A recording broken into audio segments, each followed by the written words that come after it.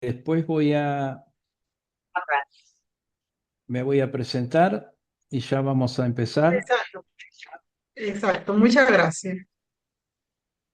Bueno, mi nombre es Claudio Colombati, soy psicoanalista, me recibí de la Universidad de Buenos Aires de psicólogo en 1994.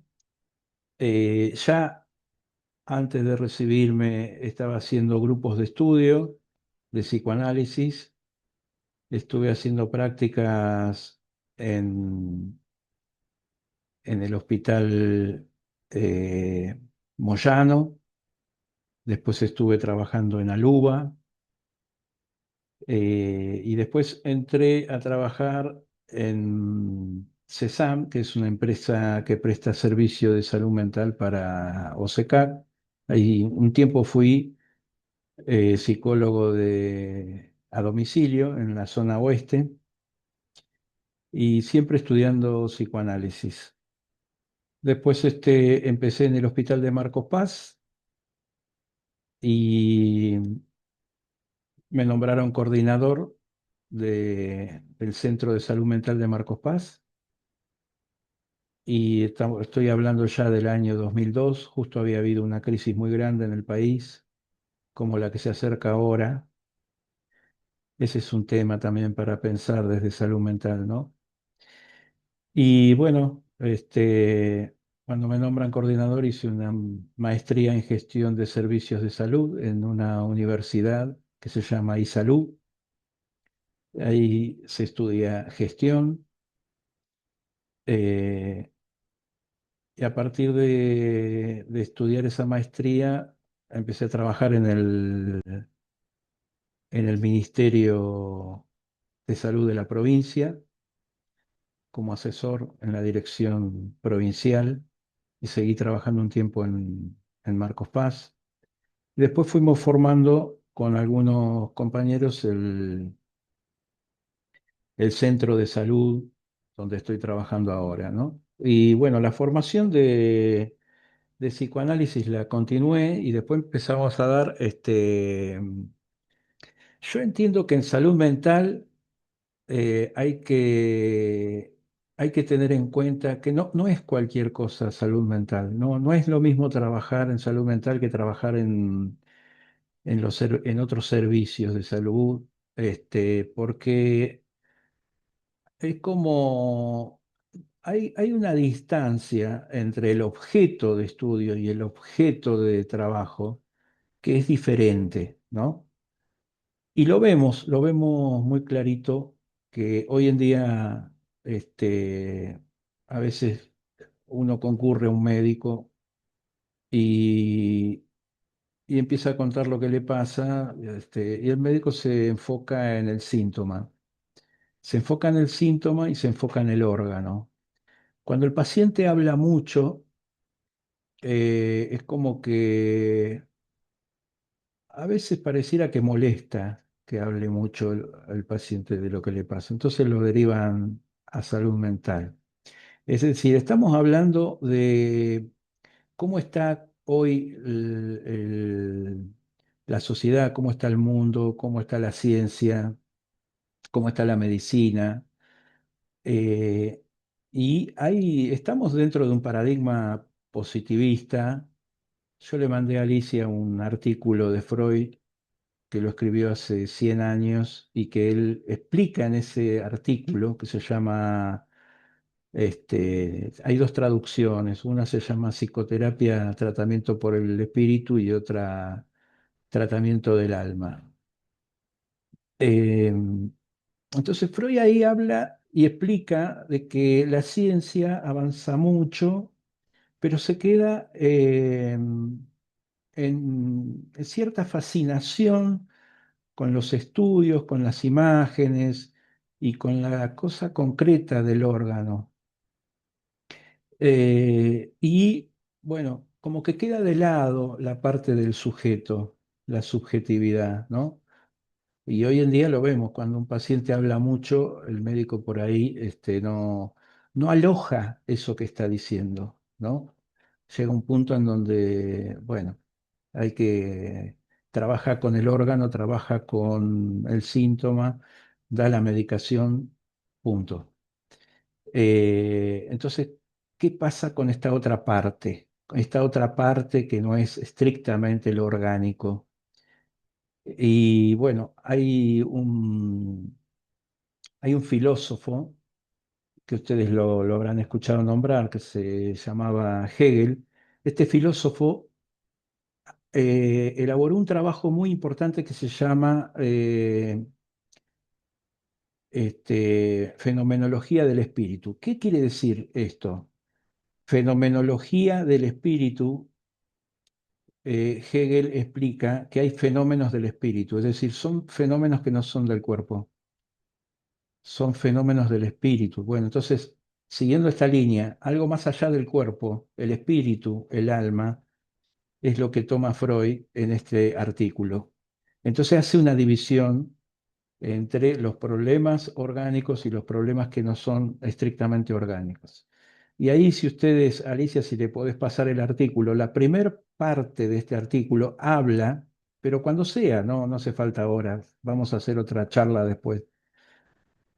Lo que dice Freud ahí es esto, ¿no? Hay gente que, por ejemplo, en la vida cotidiana tiene un montón de problemas, que pasan al cuerpo o pasan a las conductas o tienen problemas a nivel de los pensamientos y que por ahí cuando se van de vacaciones se les terminan los problemas. Entonces, Freud toma esto, ¿no? Dice, ¿cómo puede ser que alguien está en la vida cotidiana y después cuando se va, descansa, se le va todo? Entonces, tomando este tipo de fenómenos, como en aquella época había histerias que hacían somatizaciones, y en esos estudios que se le hacía a estos pacientes no se descubría nada. Entonces, quiere decir que hay algo más allá del cuerpo que es el sujeto, la subjetividad, lo psíquico, y esto produce, por ejemplo, puede producir conductas, deseos, y también produce síntomas. Entonces, ¿cómo entendemos esto? ¿Cómo se estructura el psiquismo? Entonces, yo para apelar a poder pensar esto, eh, creo que podemos recurrir a la antropología, a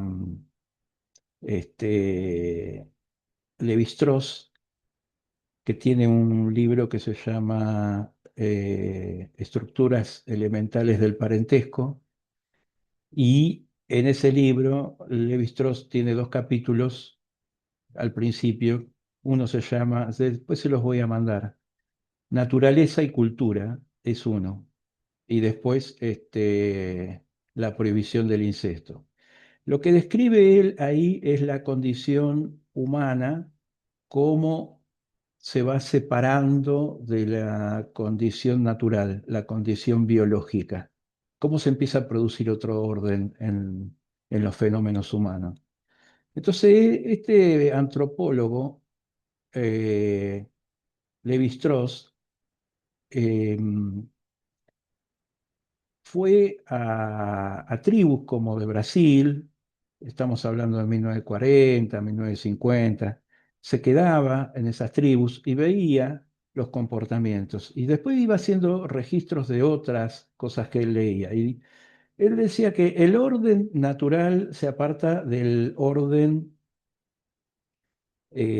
cultural. Mejor dicho, el ser humano empieza a apartarse del orden natural. El orden del ser humano no es estrictamente biológico, no es estrictamente natural. Recién hablaba con una compañera de ustedes, Aleluya Urquizu, y me contaba que trabajaban mucho con consumos, ¿no? ¿Qué es lo que hace que un ser humano eh, digamos, tenga una conducta que no es natural, que consuma algo? Uno ve, por ejemplo, qué sé yo, el resto de los animales van, consumen algo que necesitan, agua, comida, se aparean una vez y bueno, se quedan tranquilos.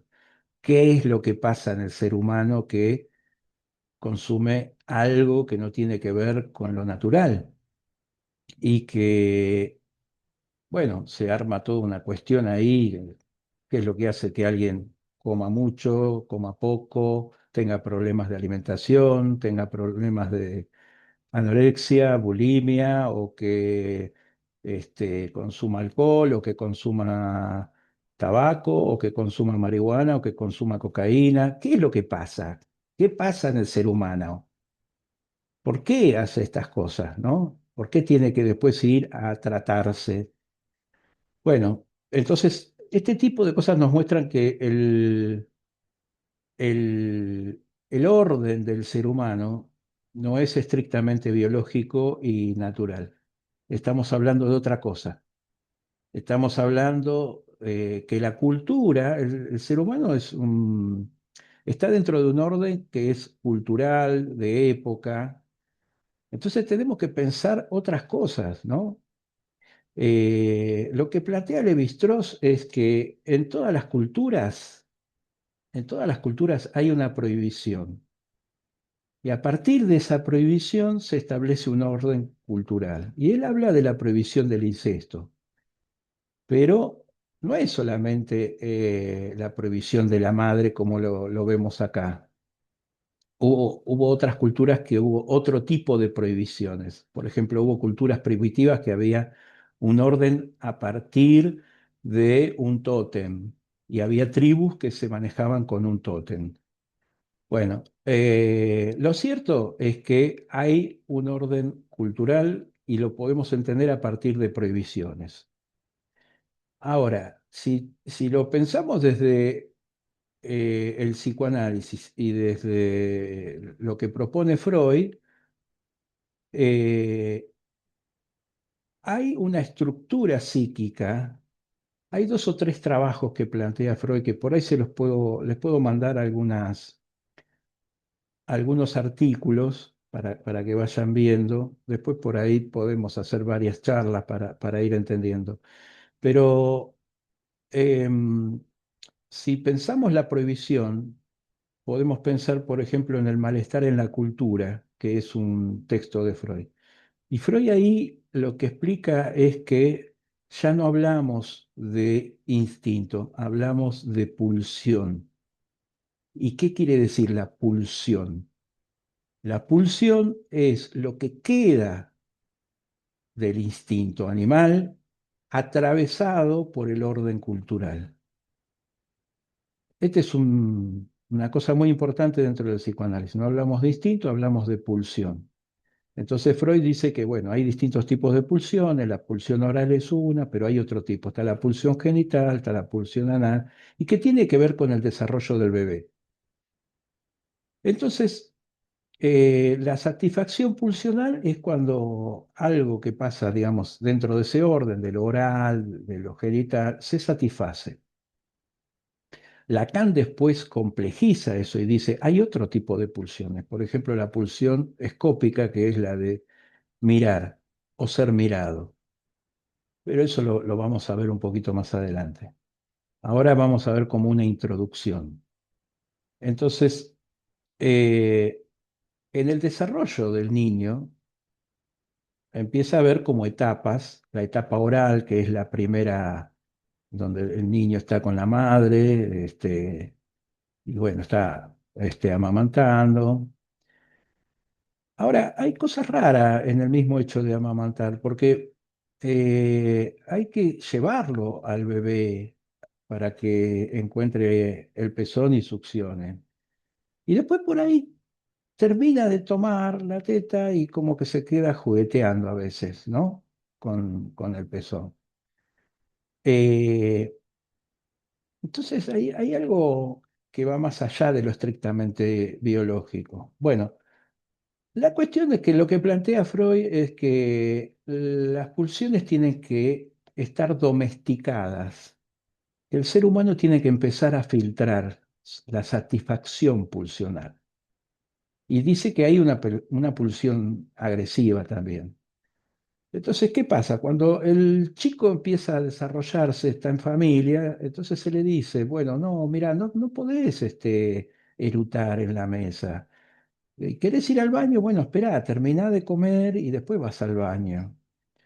Y si quiere comer fuera del horario de comida, se le dice, no, no, tenés que esperar a que esté la comida. Y así es como que se lo va metiendo de a poco y a lo largo de los años con un gran trabajo dentro del orden cultural, que no es estrictamente biológico. Entonces tiene que empezar a filtrar sus pulsiones. Si el chico le pega al hermanito, se le dice, no, no podés, no podés pegarle a tu hermano. Si el chico le grita a la madre, le dice, no, no podés, no podés. Entonces, bueno, ahí está como eh, en el ejercicio de que no tiene que satisfacer inmediatamente las pulsiones que se le vienen y tiene que filtrar. Entonces se va estableciendo una represión. Esta represión es importante porque si nosotros hablamos de juicio, ¿no? Si está en su sano juicio, no está en su sano juicio, vieron los términos judiciales, bueno, se le hace un juicio de insanía. ¿De qué estamos hablando con el juicio? Y hay otro artículo de Freud que se llama La negación y que explica todo esto, que dice, primero se tiene que establecer la represión. A partir de la represión se establece el juicio y a partir del juicio la locomoción. ¿Se entendió lo que dije? O sea, ponerse en marcha el cuerpo para hacer algo tiene que estar pensado, tiene que estar filtrado. Estamos en una época en donde justamente, hoy escribí una nota que se las voy a pasar, cómo este orden neoliberal, este orden tecnológico, esta influencia de los medios de comunicación hegemónicos, esta influencia de las redes, van llevando a esta idea de una libertad absoluta, ¿no? Viva la libertad, carajo. ¿Ustedes escucharon esa frase? Bueno, ¿cómo viva la libertad? Como si fuese la libertad absoluta. Hay uno de los dueños de Facebook que se llama Peter Thiel. Peter Thiel vino a la Argentina en estos días. Peter Thiel tiene una empresa que se llama Palantir. Y Palantir ofrece sus servicios a estados nacionales, a servicios de inteligencia, la CIA, el Mossad. Entonces, ofrece soluciones para empresas. ¿Cómo hace Palantir? Bueno, se le presenta un problema y dice, bueno, yo accedo a una cantidad de datos y dentro de esa cantidad de datos, con inteligencia artificial, propone una solución. Ahora, resulta que lo han, lo han contratado para detectar objetivos en la guerra que está sucediendo en Irán. Entonces, tanto la CIA como el Mossad, como el Pentágono, tienen el asesoramiento de esta empresa para elegir los objetivos de la guerra. Entonces, por ejemplo, hubo un bombardeo y al principio de la guerra bombardearon una escuela de niñas en Irán. Entonces, bueno, ¿cómo puede ser esto, no? Bombardear, bueno, las guerras tienen sus leyes, aunque parezca mentira. No se puede hacer cualquier cosa, no se puede bombardear un hospital, no se puede bombardear a la población civil. Hay un campo de batalla y ahí se juega la guerra. Bueno, pero Palantir hace esto, ¿no? Está asesorando en la guerra de Ucrania, está asesorando en, en la guerra de Irán, está asesorando al Pentágono, a la CIA, y el gobierno de Estados Unidos también lo contrató y le dice, yo necesito que me des datos porque quiero hacer un trabajo para los inmigrantes ilegales que están en Estados Unidos para pescarlos y para devolverlos a su país. Entonces Palantir accede a los datos y ubica objetivos. Bueno, es medio de terror todo esto, porque quiere decir que accede a los datos de toda la población. El dueño de esto, que es Peter Thiel, que les expliqué recién, es una persona media macabra, porque él plantea, le hacen reportajes y dice, creo que la libertad se contradice con la democracia. Entonces, ¿de qué está hablando? Está hablando de una libertad absoluta. Entonces sueñan con esta idea que tiene el mercado, que es que los mercados no tengan la regulación de los estados, que los mercados tengan, que no paguen impuestos, que no existan los impuestos. Están pensando en armar una isla en donde ellos no paguen impuestos, llevar las empresas ahí. Ahora, ¿de qué estamos hablando? Estamos hablando de que el orden social, si se puede mantener con esta idea de libertad absoluta, si el orden cultural y social se puede mantener eh, sin que haya cierto trabajo de cada uno para mantener el orden. O sea, estamos apuntando a que cada uno haga lo que quiera, que cada uno haga una libertad absoluta, que cada uno haga lo que quiere. Bueno, justamente esto es lo que estudió Freud y que es lo que se plantea desde la antropología. Toda sociedad y todo orden humano tiene normas, tiene leyes, tiene costumbres, y en esto hay un trabajo que se hace desde el mismo crecimiento del ser humano para que cada uno filtre sus pulsiones y no haga lo que se le ocurra. No puede hacer todo el tiempo lo que se le ocurre. No puede pegarle al hermano, no puede pegarle al padre. No puede estar consumiendo cualquier cosa cuando se le ocurre, porque se empieza a alterar cierto orden. Y cuando esto llega al extremo, se hace insoportable la convivencia y también se afecta al cuerpo. ¿Me siguen hasta acá? Por favor, díganme, porque si no, por ahí yo sigo. ¿Se entiende lo que estoy hablando? ¿Sí? Bueno, seguimos entonces.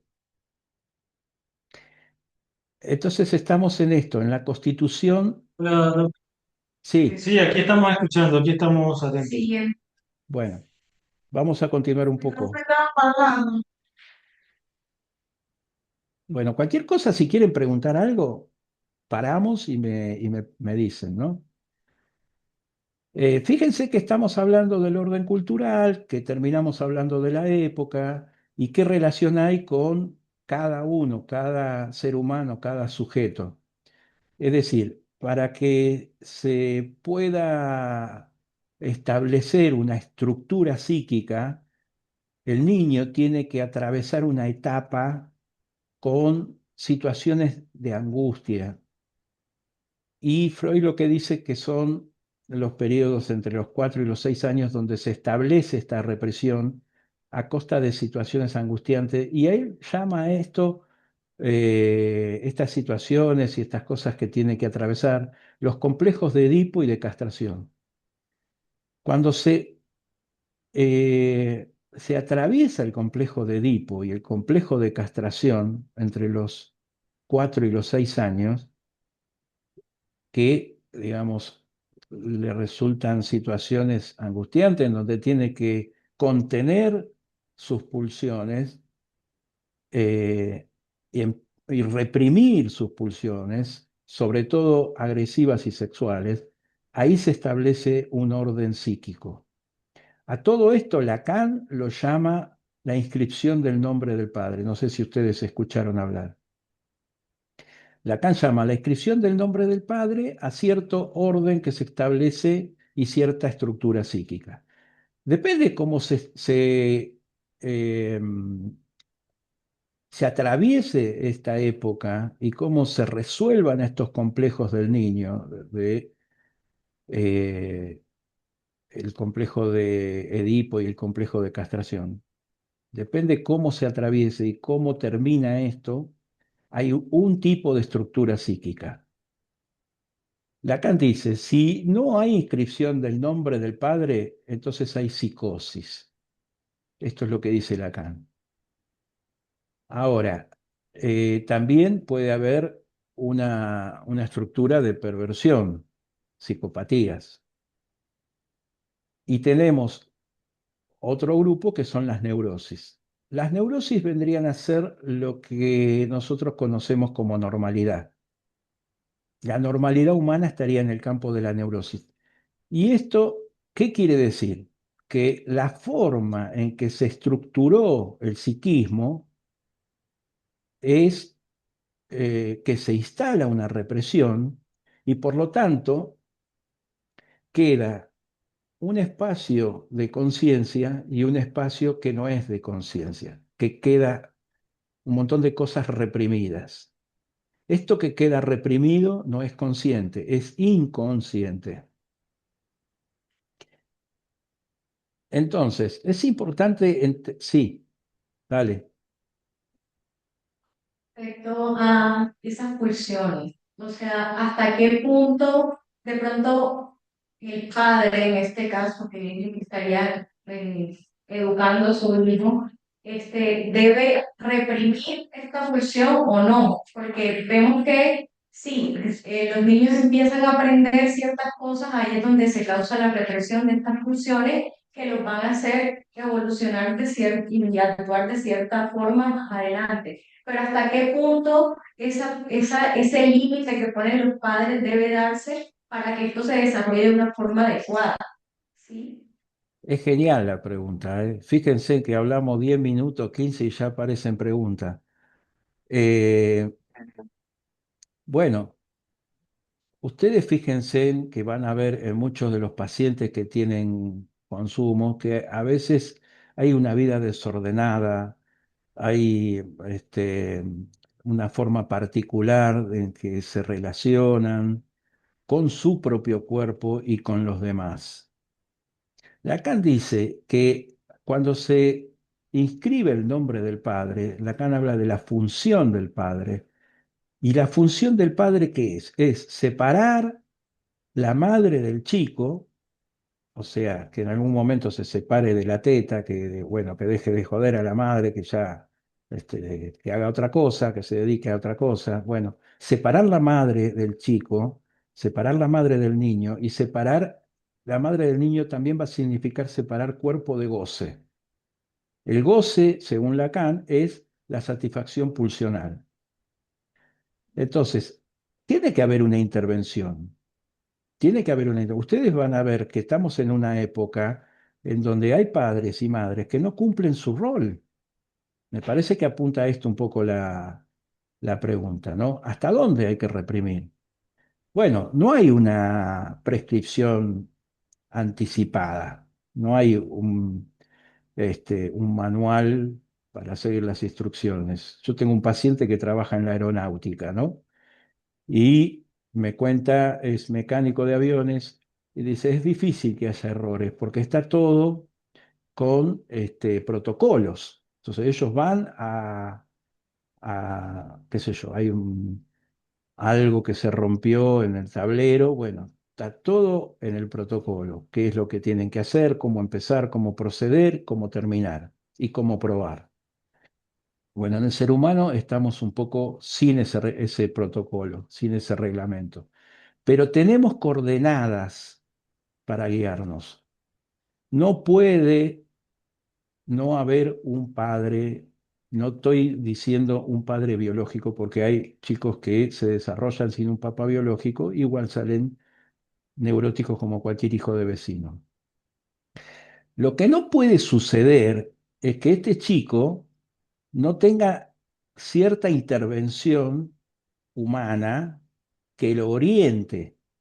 Por ejemplo, los hábitos de dormir, de comer, de limpieza, de orden. Esto hay que inculcárselo a los chicos y es todo un trabajo. Es todo un trabajo, porque no lo aceptan así, como decir, bueno. ordena tu pieza y bueno, y lo ordena, ¿no? O dejate de, nene, vieron que hay una canción, niño, deja ya de joder con la pelota, no sé si la escuchan, ¿no? Es de Joan Manuel Serrat. Bueno, lo que estoy diciendo es que algo tiene que haber de intervención y que estamos en una época justamente en donde ahí se abre todo un tema. ¿Cómo interviene una madre? ¿Cómo interviene un padre? Si interviene, si no interviene, ¿cuáles son las consecuencias? Lo peor que puede suceder es que este chico, por ejemplo, si la madre está mirando demasiado el celular, sobre todo en los primeros tiempos, eh, puede llegar a producir un accidente en ese desarrollo.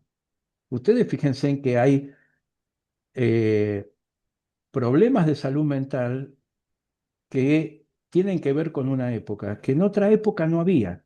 300 años atrás no se hablaba de la ansiedad.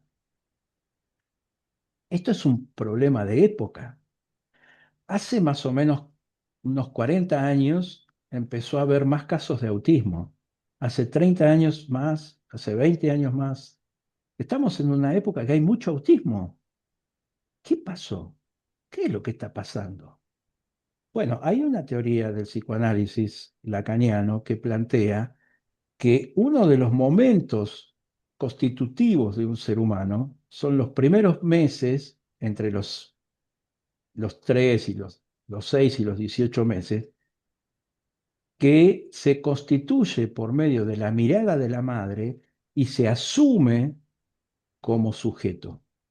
Es decir, tiene que haber, si nosotros seguimos las charlas, podemos hacer un recorrido de cómo atravesar estos complejos de Edipo y de castración. Y hay un primer tiempo del Edipo que es lo que podemos llamar una célula narcisista, una relación simbiótica. Es una célula en donde la madre y el chico tienen que tener durante un tiempo una relación privilegiada. La madre tiene que mirarlo, ese chico, no solo amamantarlo, hablarle, acariciarlo, cantarle. En todo eso se constituye una primer parte del sujeto, que esto lo describe Lacan en el estadio del espejo. Para que se asuma como sujeto, y ustedes fíjense en que, yo no sé si ustedes han podido estar en salas donde van las madres con los recién nacidos. Hay situaciones muy particulares para observar. Una vez estaba en un hospital, en un lugar donde a las mamás se les hacían ecografías, ¿no? Entonces había mamás con los papás, algunas habían nacido hacía muy poquito, los bebés, y pude observar que llaman a una mamá para el turno, estaba en camisón, o sea, estaba internada todavía esta mamá. Le estaba dando la teta en ese momento al chico y la mamá sale corriendo porque la llama al médico y le entrega el bebé al nene, al marido, perdón. El marido se queda con el nene y el nene está con los ojos cerrados y sigue haciendo el gesto de amamantamiento. Esto es lo que podemos entender como un estado alucinatorio del bebé. ¿Se entiende lo que digo? Bueno, esto tiene que ir dando paso a otros momentos, ¿no? Después el chico abre los ojos y si ustedes observan los primeros momentos, el primer año, el segundo año, ¿cómo mira ese niño a la madre? Y justamente la mirada es lo que ayuda a constituirse como ser humano, porque en esa mirada se transmite deseo de la madre. Y en esa mirada el chico se refleja y se identifica como ser humano. Necesita el trato con seres humanos, necesita que la mamá lo mire, necesita de ese momento privilegiado en donde es acunado, se le cantan canciones, se le da... Hay una psicoanalista inglesa que se llama Melanie Klein, se llamaba, falleció, y que hablaba de la leche tibia y de este momento en donde el chico se va constituyendo. Otro autor, Winnicott, dice, una madre suficientemente buena. Es decir, tiene que haber un momento ahí privilegiado, ¿no? En donde el chico está amamantando y bueno, ahí ya no hay mucho para intervenir, ¿no? Bueno, llegó el momento en que tiene que dormir, se lo acuesta, pero también en ese momento, cuando le pasa algo al chico, no hay una relación estrictamente biológica, porque el ser humano tiene una característica, nace antes de la maduración biológica. Es como si tuviese que completar la maduración biológica, tendría que ser un embarazo de 18 meses. ¿A qué me refiero? A que otros animales, al nacer, ya, por ejemplo, el caballo se para y busca la teta, ¿no? Hay un instinto. Bueno, pero el ser humano no está en condiciones biológicas para acudir, para buscar la teta. La madre lo tiene que poner en el pezón para que sea mamante. ¿Se dan cuenta? Es más, la mielina, el proceso de la mielina, que es un proceso neurológico, es la sustancia que cubre todo el sistema nervioso y el cerebro, se termina de producir, de concluir, de terminar ese proceso de que la mielina termine de cubrir todo el sistema nervioso alrededor de los 6 años. Y en esa época, la mielina cubre los dedos, cubre los nervios de los dedos. Bueno, es justamente esa época en donde empieza una capacidad que no tenía antes el chico, la capacidad de pinzamiento, de mover los dedos y de agarrar y de una función muy fina que hay. Bueno, en esa época está en otras condiciones biológicas. No es casual que el primer grado es a los 6 años. ¿Se dan cuenta de lo que estoy hablando? O sea, anterior a esto es muy difícil poner a un chico quietito. Entonces están en el jardín, se paran, se les explica, se les habla, pero más bien con juegos. Llega a los 6 años y se intenta que el chico se quede quietito en un escritorio. ¿Se dan cuenta de lo que les estoy diciendo?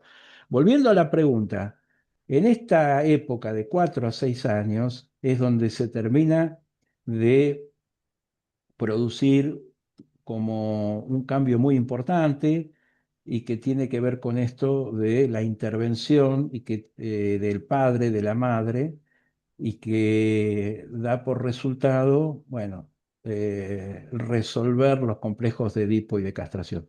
Lo más grave es que no haya una intervención de la madre y del padre. Esto me parece que es, por ejemplo, si no hay un contacto visual que lo busca el niño, si no hay un contacto visual con la madre, si la madre no lo mira cuando el chico busca su mirada, esa mirada que lo va a constituir, puede haber un accidente y puede ser que se produzca autismo.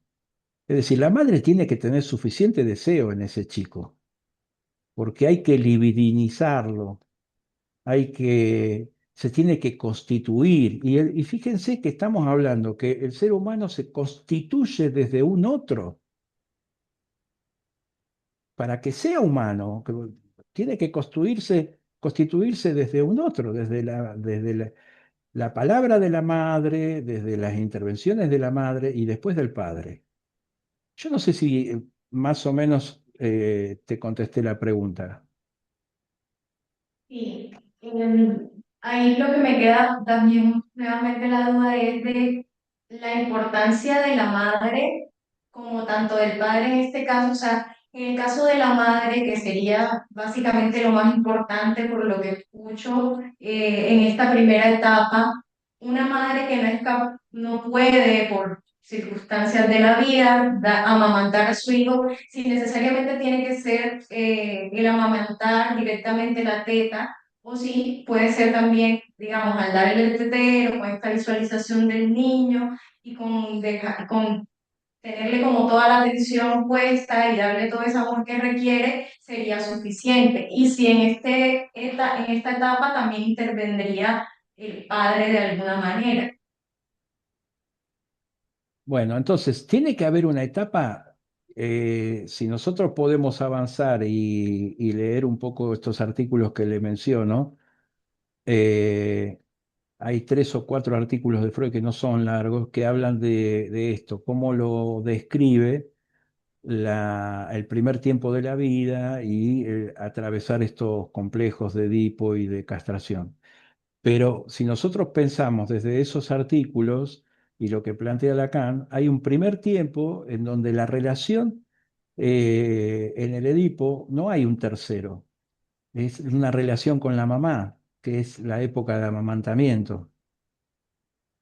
Después aparece otra figura, un tercero.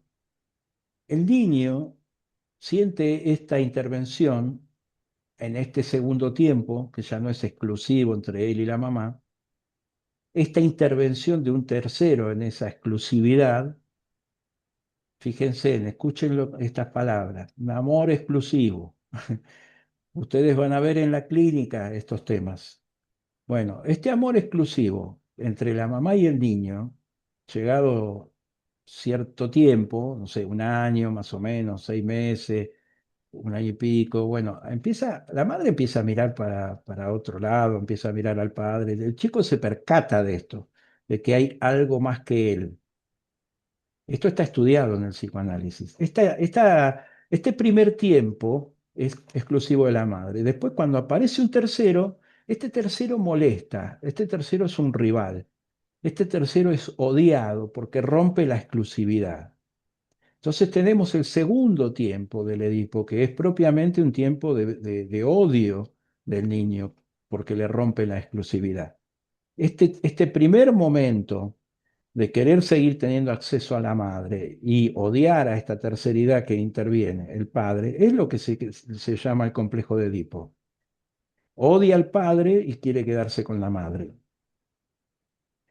Ahora, es necesario que suceda esto, pero tiene que ser con amor, tiene que ser lo más suave posible, pero tiene que ser. Y cuando se produce más o menos normalmente esta intervención, llega un punto en donde este tercero ya deja de ser odiado. Ahí tiene que hacer un movimiento el chico de resignar los objetos incestuosos. O sea, no hay orden cultural si no hay cierta renuncia pulsional. ¿Se acuerdan que yo les hablé de pulsión y no de instinto? Tiene que haber un grado de renuncia de que no quiera todo para él. Fíjense que volvemos a lo que estábamos hablando de la época. Estábamos hablando de una época desde donde se plantea una libertad absoluta. Esto es anticultural, antihumano, porque justamente el ser humano, para constituirse, tiene que estar en otro recorrido. En cada momento que eh, está en relación con un otro y para sostener esta relación con un otro, lo sostiene el sujeto un poco, ¿cómo les puedo decir? Eh, Aguantándose sus propias pulsiones. Nosotros estamos hablando acá, ¿no? Yo estoy hablando acá y ustedes están ahí. Hola, ¿están? Les Sí, pregunto. Ustedes que están sí, ahí, me están sosteniendo. ¿Se entiende? Así es sí, las relaciones de los seres humanos. Ustedes están entre ustedes sosteniéndose. El hospital los sostiene a ustedes, pero ustedes también están sosteniendo el servicio con su trabajo. Las relaciones entre ustedes, o sea, no pueden hablar dos al mismo tiempo. Uno habla, el otro escucha y después contesta. Entonces, para que haya cultura, tiene que haber esto de sostenerse entre todos o en las relaciones. Esto de la libertad absoluta es una locura, es enloquecedor cosas que se viven en esta época. La madre tiene que sostener al chico y el chico también tiene que sostener la relación. El chico no es sin responsabilidad. Justamente la intervención tiene que ser esta. No puede hacer cualquier cosa.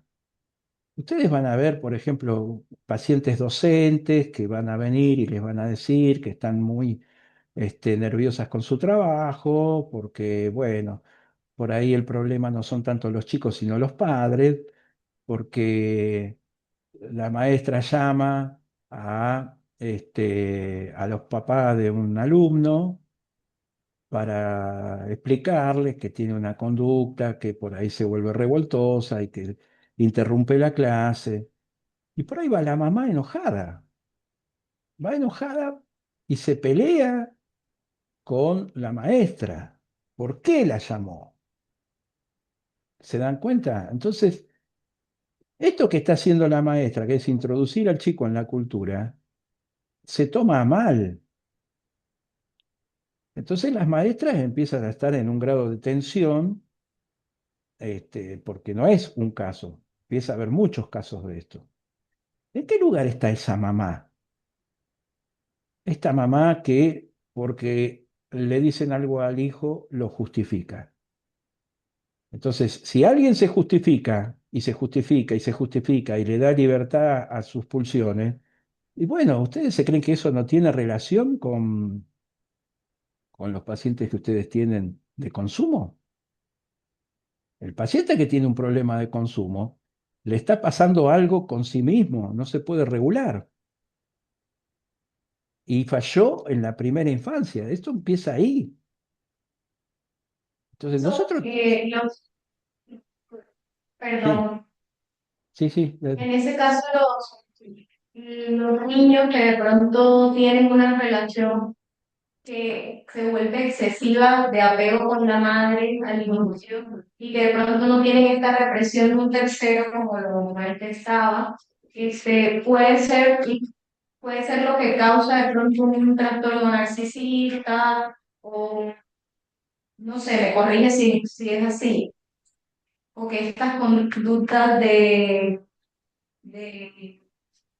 ¿cómo sería la palabra? Conductas de apego, sí, inapropiado hacia la madre, se perpetúen, se mantengan. hay un tiempo de apego, llamémosle, no sé, 6 meses, un año. Hay un tiempo que tiene que haber un apego. Los 3 primeros meses, por ejemplo. Fíjense que las licencias maternas son de 3 meses. Tiene que haber un tiempo en donde la madre le dé mucha atención a ese cachorro humano que no puede nada, no puede ni encontrar la teta.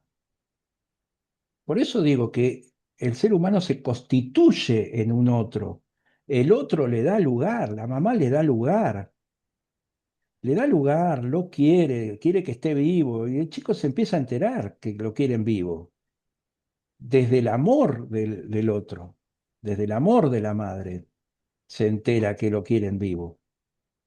Y después le empiezan a hablar. El nene se queja y ¿con qué se encuentra? No se encuentra con una solución inmediata.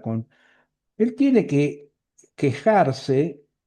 ¿Y con qué se encuentra? Con la cultura, con el discurso de la madre. Entonces la madre interpreta esa queja y le dice, a vos te está pasando que tenés hambre, por ejemplo.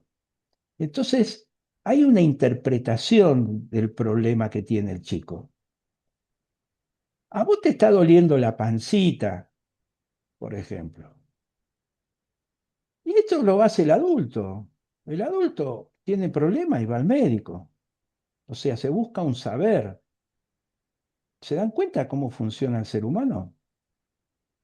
Claro. Tenemos problemas y le preguntamos a alguien. Y cuando estamos en pareja, comentamos, a mí se me ocurre esto, ¿a vos qué te parece? Es decir, el orden de la neurosis es este, es acercarse a la realidad y dudar y la necesidad de un otro. ¿A vos qué te parece? ¿Esto estará bien? Sí, sí, bueno, vos ya diste oportunidades, qué sé yo, no sé. Ahora, en la psicosis no hay esta cosa de la duda. El psicótico alucina, que se queda perplejo y para tratar de apaciguar esta angustia de su alucinación, arma un delirio. Y cuando arma un delirio, lo arma con certeza. En la psicosis hay una certeza inamovible. En la neurosis hay dudas. ¿Por qué? Porque en la neurosis se sostiene en este orden con un otro.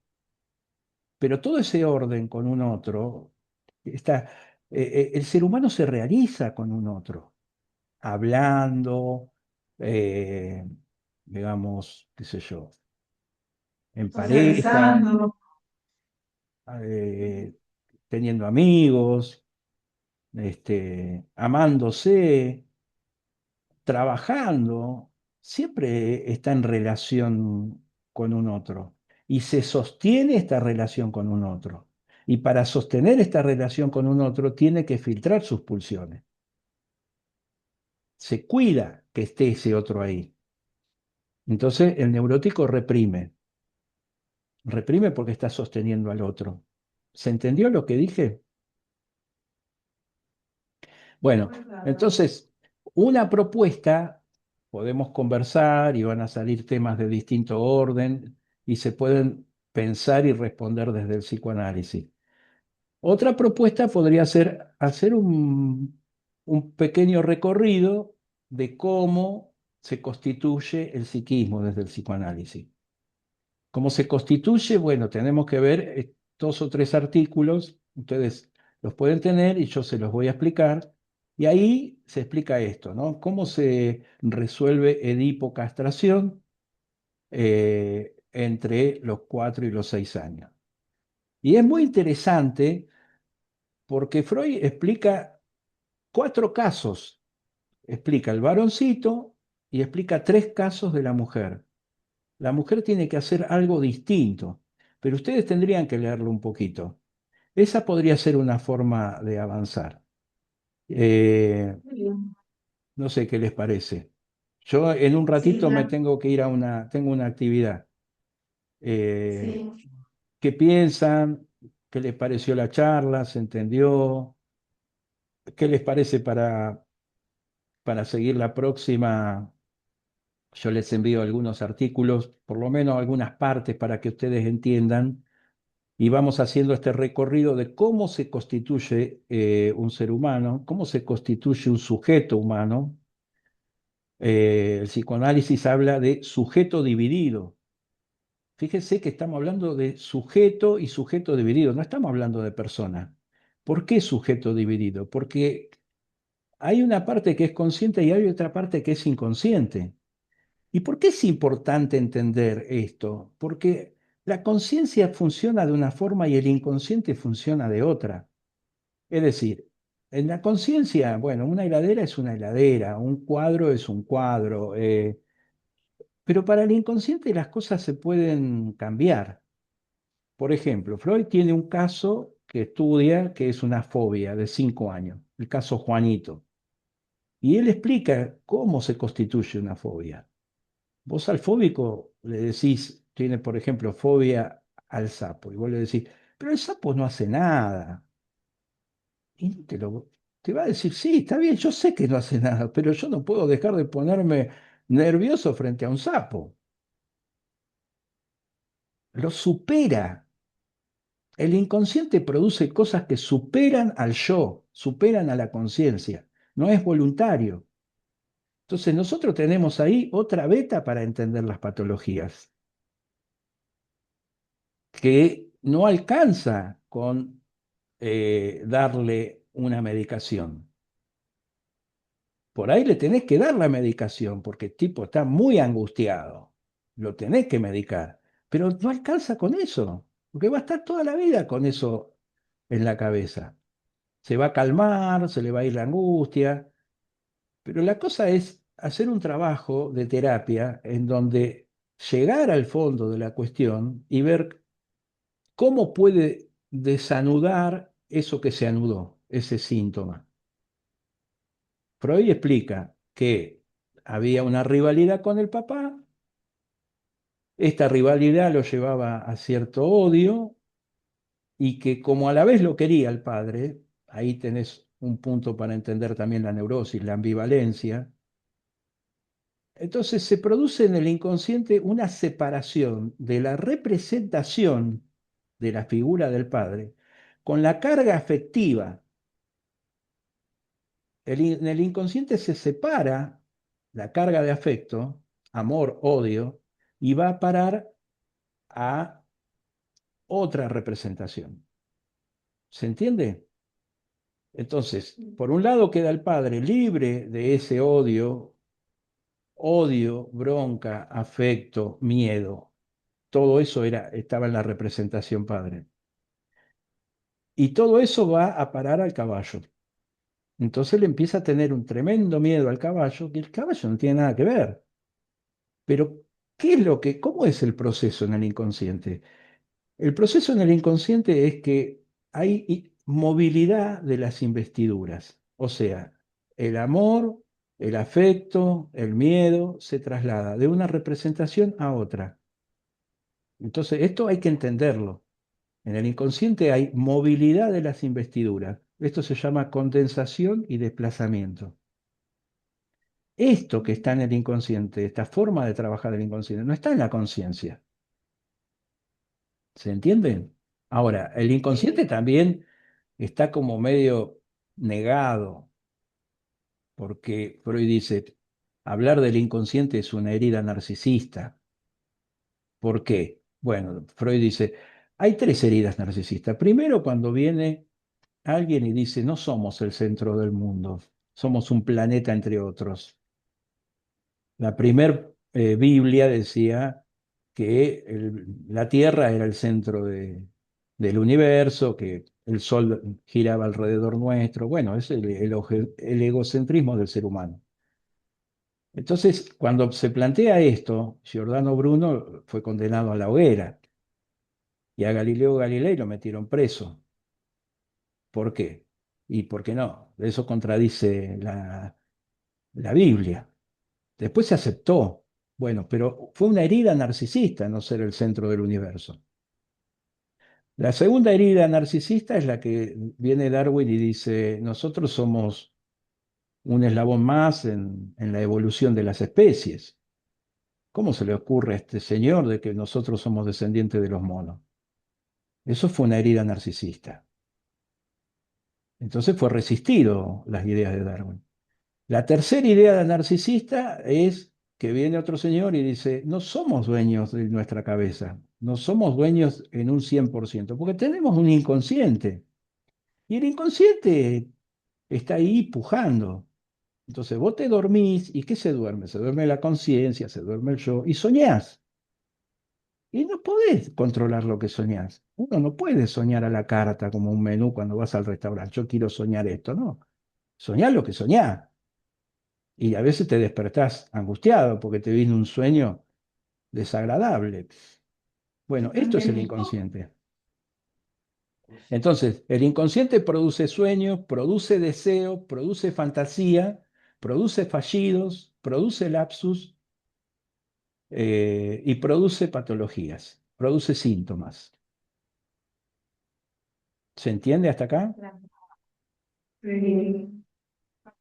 Entonces, viene un paciente con ansiedad, no sé por qué me pongo nervioso. Bueno, ahí tenemos todo un capítulo para hablar de este tipo de cosas, ¿no? ¿Qué posición tiene ante la falta de este paciente?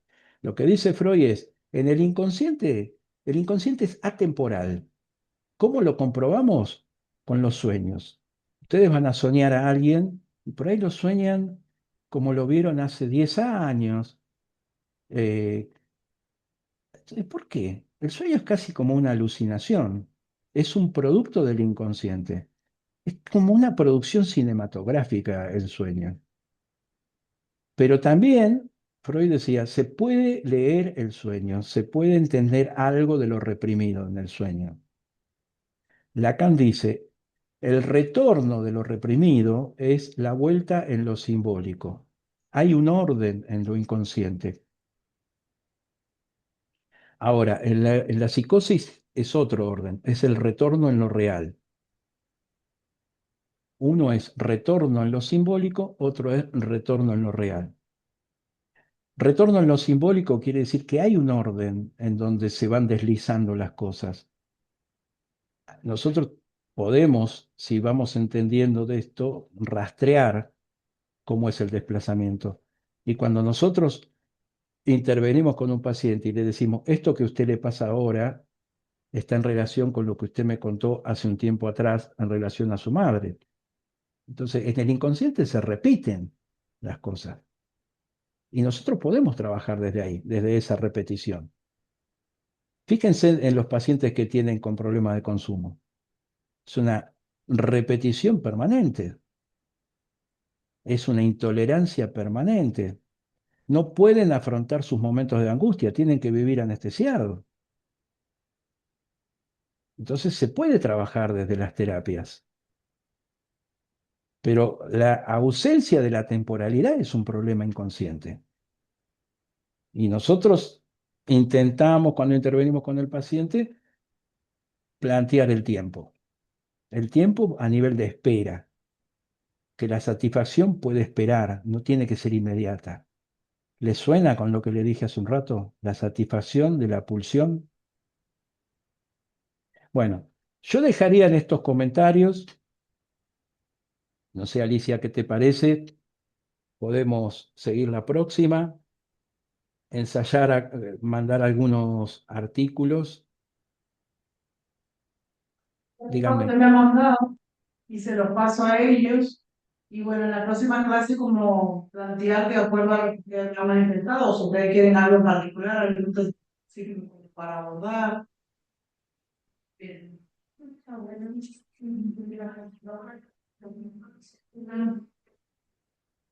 ¿Está bien?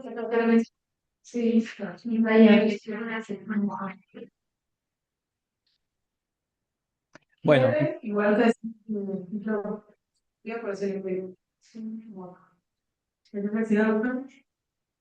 Sí, o sea, nos parece muy importante también, precisamente a la hora de trabajar esos temas, los artículos que podemos ir revisando previamente para llegar ya con algo de una mejor idea de lo que se está planteando y así aportar, aprovechar un poco mejor la charla.